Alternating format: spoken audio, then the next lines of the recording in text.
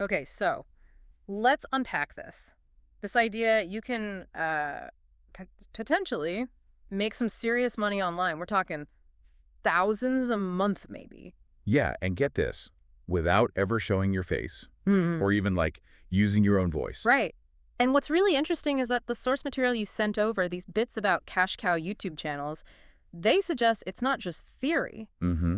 Sounds like they're presenting it as a pretty viable business strategy for right now. Exactly. So that's our mission for this deep dive. Yeah, Yeah. to really get into these excerpts, we need to figure out what these faceless channels actually are. How they work, how they use automation and stuff. And crucially, why they're being flagged now is something interesting for you listening. Well, the source sort of sets the scene, right? It talks about these channels often being built by just one person, an entrepreneur. A solo operation. Often, yeah. Yeah. And the core idea seems to be skipping the whole traditional video thing. They're using tools everyone can get. Like what kind of tools? Well, AI tools for scripts seem big. Text-to-speech for the voiceover. And then grabbing stock video, or maybe even AI visuals now. Huh.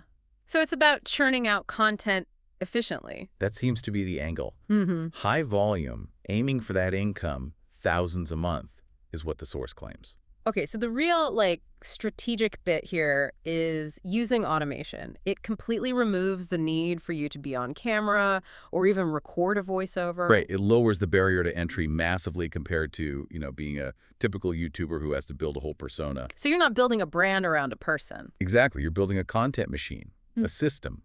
And it works by picking topics that get clicks on their own, often stuff that stays relevant. Evergreen content. Yeah, precisely.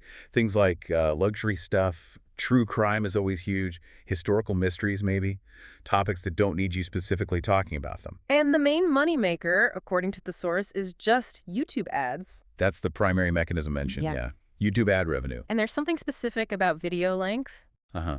The source points out that videos over 8 minutes are kind of the sweet spot Why is that? because you can stick more ads in them, mid-roll ads. So longer watch time plus more ad slots Mm-hmm. potentially means more income.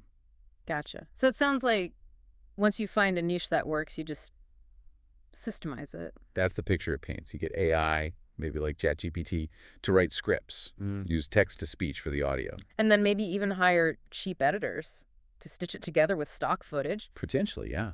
Outsourcing the assembly.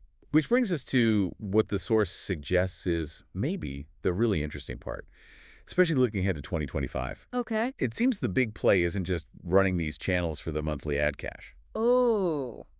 What else is there? This is where it gets juicy, right? The twist. Yeah, it's about treating them like digital assets, digital real estate. You mean selling the whole channel? That's exactly it. The source really leans into this flipping angle. Yeah. Build up a channel, get it monetized. Yeah. Often needs like 10,000 subscribers, that threshold. And then sell the entire thing. The whole channel is a package. Wow. Where do people even sell YouTube channels? On marketplaces for online businesses.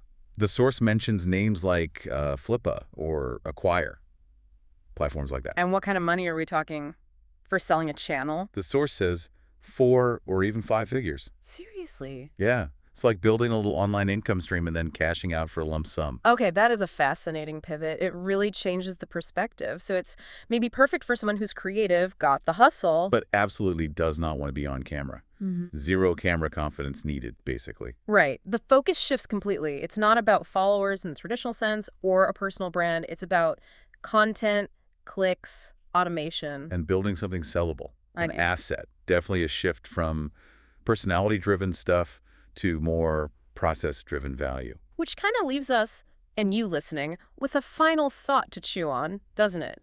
Based on what your source material suggests. With automation getting so good and this market for digital assets like channels seemingly growing, what other ways might be popping up to build real value online? Ways that, don't need a face or a traditional brand at all. That's a great question to ponder.